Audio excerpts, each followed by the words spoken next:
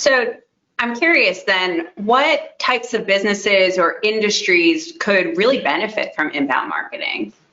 Yeah, so inbound marketing is really a proven tool for marketing strategies that are focused on like business to business sales, but I think also business to consumer when the product they're selling is complex or very like nuanced and sort of niche, right? And so I think inbound marketing is really a tool when you have a product.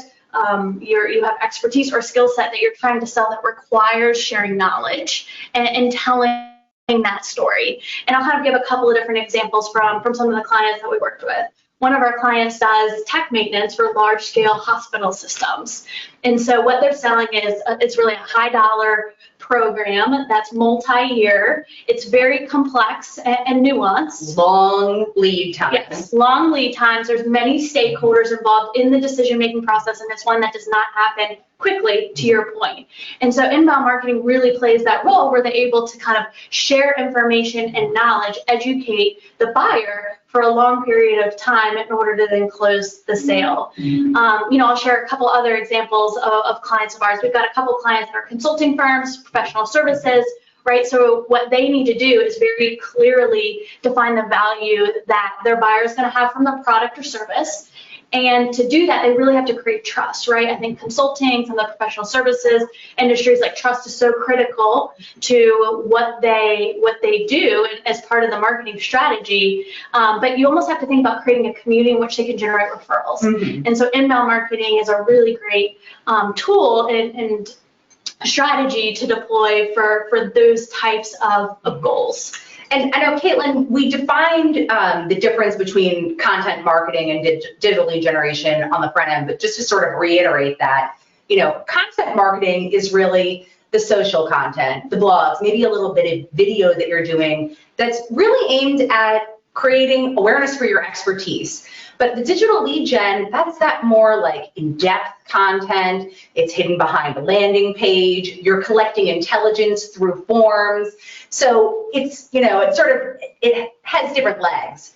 And content marketing tends to be great for B2C because the lead time for that type, for those types of sales tends to be a little bit shorter. It tends to be a little bit less complex.